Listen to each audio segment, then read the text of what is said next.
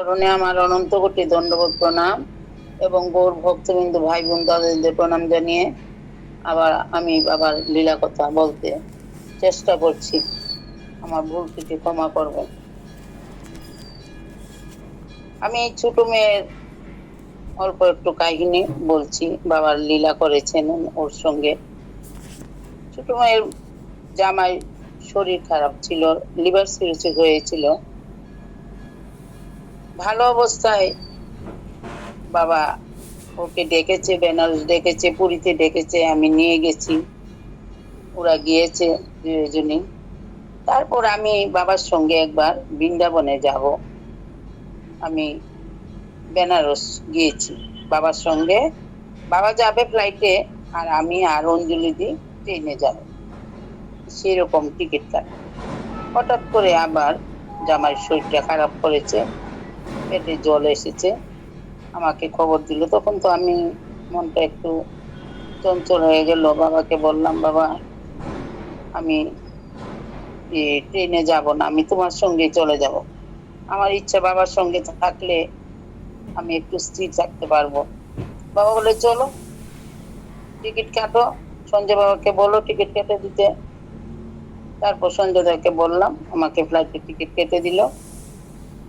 আমি দাদাকে বললো, বাবা মা টাকা দিয়ে দাও, আমি দিয়ে দিয়েছি। যাই হোক, বাবার সঙ্গে বৃন্দাবনে গেলাম, মানে ইয়েতে গেলাম, দিল্লিতে বুলাদার বাড়িতে। তখন মেয়ে জামাইকে নিয়ে হরিদ্বার যাবে স্থির করেছে।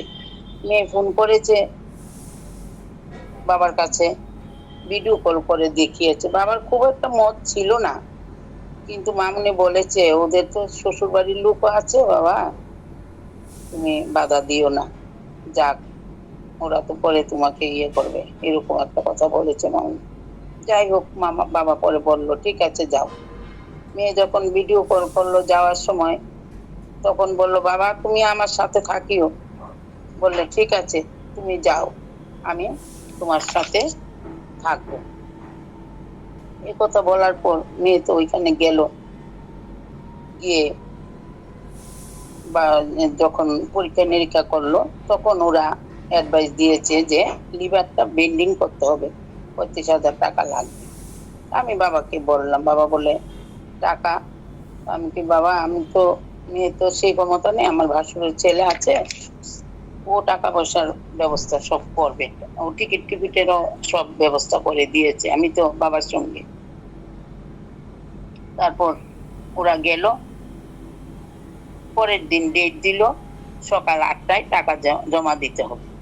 বাবা ভোরবেলা যথারীতি যেভাবে জব করে, তখন বাবা জব করলো, আমিও উঠে গেছি ওরাদের বাড়িতে, স্নান টান করে চলে এসেছি 6টায়। বাবা জব করতে করতে হঠাৎ করে আমাকে ডাকলো হাত দিয়ে, আমি বাবার কাছে গেলাম। বাবা বললো বসো। বাবা হেঁটে জব করেছিল, তারপর একটা চেয়ারে বসলো, বসে তারপর বলে, ওদেরকে না করো এই কাজটা করাতে, ওর মৃত্যু যুগ আছে। তারপর ভাসুরের ছেলেকে এখন বলো আমার সঙ্গে কথা বল। ইন দি মিন টাইম ভাসুরের ছেলে এই বাবাকে দর্শন করার জন্য ভিডিও কল করলো। করার পর যখন ভাসুরের ছেলে প্রণাম জানালো বাবাকে, বলে প্রণাম পরে হবে, আগে আমার কথা মন দিয়ে তুমি শুনো, আজই ওদের টিকিট কেটে দাও, ওরা চলে আসতে বলো। তখন সকাল 7টা বেজে গেছে এরকম কথা বলতে বলতে। তখন সে ভাসুরের ছেলে বললো, কাকিমণি তুমি ওদেরকে ফোন করো আর আমি টিকিট দিচ্ছি। আমি ফোন করলাম মেয়ের কাছে যে তোমরা কোথায়, বলে আমরা হসপিটালের গেটে গেছি, টাকা জমা দেব। তারপর বললাম যে বাবা না করেছে, তুমি টাকা জমা দিও না, চলে আসতে বলেছে। মনা, আমার ভাসুরের ছেলের নাম মনা, মনা ইয়ে পাঠাবে, টিকিট পাঠাবে তোমাদের জন্য। আর এদিকে অ্যাস্ট্রোলজারও দেখিয়েছিল, ও অ্যাস্ট্রোলজারও বলেছে যে ওর মৃত্যু যুগ। বাবা যে কিভাবে ওকে আটকিয়ে রাখলো। তারপর 2 বছর বেশ কয়েক মাস জামাই থাকলো। তো যথারীতি টিকিট কাটা পাঠানোর পর তো চলে আসলো বাড়িতে। বাড়িতে এসে নিজে নিজেই মানে যেতটুকু মানে ওষুধ খাওয়ার কথা ততটুকুই খেত, নিজে নিজেই জলটা শুকিয়ে গেল। 2 বছর বললো বাবা একদম লবণ ছাড়া খেতে, কিন্তু ঠিকভাবে তো আর মানে না। 10 দিন যদি খায়, একদিন হঠাৎ করে লবণ খেয়ে ফেলে। এরকম করতে করতে বেশ কিছুদিন গেল। তারপর আবার বাবার জন্মদিনে আমার যাওয়ার সময় হলো। তখন 2 বছর বেশ কয়েক মাস পরে আবার সেই জল আসলো পেটের মধ্যে। তখন বললো যে আমি বাবার কাছে যাব। তো বাবাকে বললাম, বাবা বলছে তোমার কাছে আসতে। বলে আসো, নিয়ে আসো। তখন ওইখানে বড় দাদাও ছিল, সঞ্জয় দাদাও ছিল। ওখানে বেশ কয়েকদিন থাকার পর বাবা নিজের হাতে ওষুধও খাইয়েছে। আমাকে বলল বাবা যে মা আর কোনো কাজ হবে না, লিভারটা একদম নষ্ট হয়ে গেছে। কিন্তু জামাই খুবই ভালো লোক ছিল, কোনো কিছুই বাজে নেশা ওর ছিল না, খাওয়ার প্রতি একটু আগ্রহী ছিল। যাই হোক, সব ঈশ্বরের ইচ্ছা। তারপর যখন পেট ফুলা দেখছে, বড় দাদা বলছে বাবা আমাদের যাওয়া 8-10 দিন থাকলাম বাবার কাছে। বাবা নিজের হাতে ওকে ওষুধ খাইয়েছে। যখন আসার সময় হলো, বড় দাদা বলছে জলটা এখানে বাবা খুলে ওদের ফ্লাইটে পাঠাতে হবে, না হলে এরকম টিকিট কাটা ছিল, যেতে পারবে না ট্রেনে। বাবা বললো কিচ্ছু হবে না, ওইখানে গিয়ে জলটা খুলবে। বাবার বলার পর তো দাদা আর সঞ্জয় দাদা কিছুই আর বললো না। আগে ওনারা দুজনই বলেছিল যে টিকিট করে দিতে। বাবা আমাকে বললো মা আননেসেসারি টাকা খরচ করে কোনো লাভ নেই, ট্রেনেই যেতে পারবে। বিধানকে বলো ট্রেনের টিকিট, মানে আগে আমাদের অন্যরকম ভাবে ছিল, ট্রেনের টিকিটটা কাটতে বলো। বাবার সামনেই বসে বিধান টিকিট কাটলো, সবগুলা টিকিট কনফার্ম হয়ে গেল।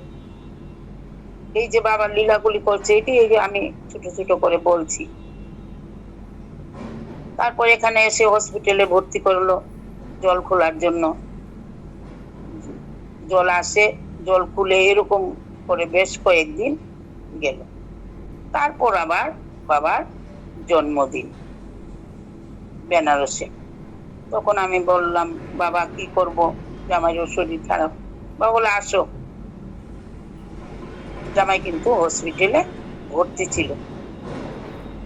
তারপর হসপিটালে ভর্তি জেনারেলে ছিল, তারপর আইসিইউ তো নিয়ে গেল। বাবাকে আবার ফোন করলাম। এদিকে ভাসুরের ছেলের নাতি হয়েছিল, বাবার হাতে অন্নপ্রাশন দেওয়ার কথা বলছে। তো বাবাকে বললাম বাবা কি করব। বাবা আবার বলল আসো। তখন তো আমি জামাই যে আইসিইউতে, একটুকু ওদের জন্য আমার সেই কথাটাই মনে পড়লো না যে কিভাবে ওরা কি করবে। যাই হোক, বাবার উপর সঁপে দিয়ে যে আমি ওখানে যাই, বাবা এদিকে দেখবে, এই চিন্তা করে আমি ওদের সঙ্গে রওনা হলাম। বাবার কি লীলা, আমি যেতে যেতে না যাওয়ার, ওকে বাবার কাছে পৌঁছানোর আগেই জামাইকে আইসিইউ থেকে বের করলো।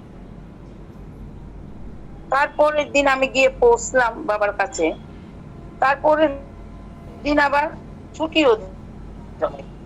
আমি তো চিন্তা করছিলাম যে মেয়েটা একা করে কিভাবে, আইসিইউতে থাকলে তো বাইরে থাকতে হয়। জেনারেলে এসেছে শুনে একটু খুশি হয়েছি যে জেনারেলে তো জামাই সঙ্গে মেয়েটা থাকতে পারবে, নাইলে মেয়েটা তো একা বাইরে থাকতে হয়। অন্যরাও পাহারা দিয়েছে, আমিও দিয়েছি। যাই হোক, গুরুই থাকে সঙ্গে। যখন শুনেছি ছুটি হয়ে গেছে, তখন তো আরো খুশি হয়ে গেছে যে যাক বাড়িতে চলে যাবে।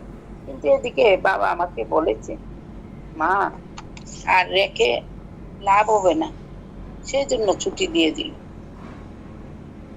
কিন্তু বাবা যেগুলি বলছে আমি ভাবতেও পারি নাই যে আমি থাকাকালীনই বাবার কাছে যে জামাই চলে যাবে।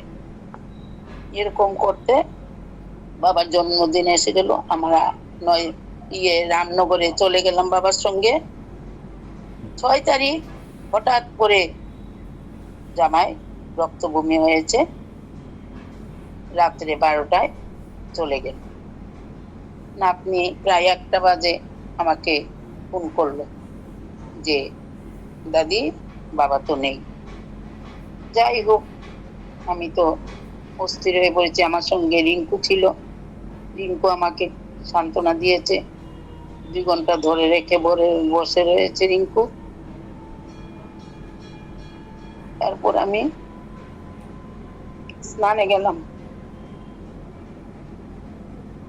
স্নান থেকে এসে আমি ঘন্টাখানেক জব করলাম। রিঙ্কু বলে মাসি তুমি জব করো, এখন তো বাবার কাছে যেতে পারবো না, বাবা তো উঠে গেছে, বাবা জব করছে। তারপর 4টা বাজার পর আমি বাবার কাছে গেলাম। আর এদিকে জামাইকেও যখন রক্ত বমির পরে হসপিটাল নিয়ে যেত, জামাই বলছে জুড়ে জুড়ে চিৎকার করে, তুমি কান্নাকাটি করছো কেন? আমি এখন যাব না, আমি বাবার কাছে গিয়েছিলাম, আমাকে বাবা নেবে না এখন বলছে, আমাকে ফিরিয়ে দিয়েছে, এরকম মেয়েকে। তারপরে তো গেটেও যেতে পারিনি, জামাই চলে গেল। এইদিকে বাবাকে যখন আমি গেলাম 4টার সময় বলতে, মামনিকে ডাকলাম হাত দিয়ে, বাবা জব করছে। মামনিকে বললাম, মামনি আস্তে আস্তে বাবার কাছে আগাতেই বাবা বলল, আমি জানি কালকে রাত্রে চলে গেছে। মামনি বলল, আমার বাবা এটা কি বললো? আমার তো গায়ে কাঁটা দিয়ে উঠলো। বাবা আর জামাইয়ের সঙ্গে যে এই যোগাযোগটা হলো, এটাই আমার এখানে বলার ছিল। বাবাও আমাকে ওইখানে নিয়ে গেল যে তোমাকে ছাড়াও এই কাজটা যে হবে, এটাও আমাকে দেখিয়ে দিল বাবা। এদিকে সবাই মিলে সবকিছু করলো। এটাই আমার ছোট করে একটু বলার ছিল সৎসঙ্গের মধ্যে। গুরুর কৃপায় আমার একটা নাতনি আছে, আমার না ভগবানেরই, গুরুই রাখছে ওদেরকে। 3 বছর তো মেয়ের কোনো কাজ কর্ম কিছুই ছিল না। ইদানিং একটা কোম্পানিতে সত্যব্রত আমার বড় ভাই বেটা ঢুকিয়েছে। যাই হোক, আপনারা সবাই আশীর্বাদ করবেন ওদের জন্য। নাতনি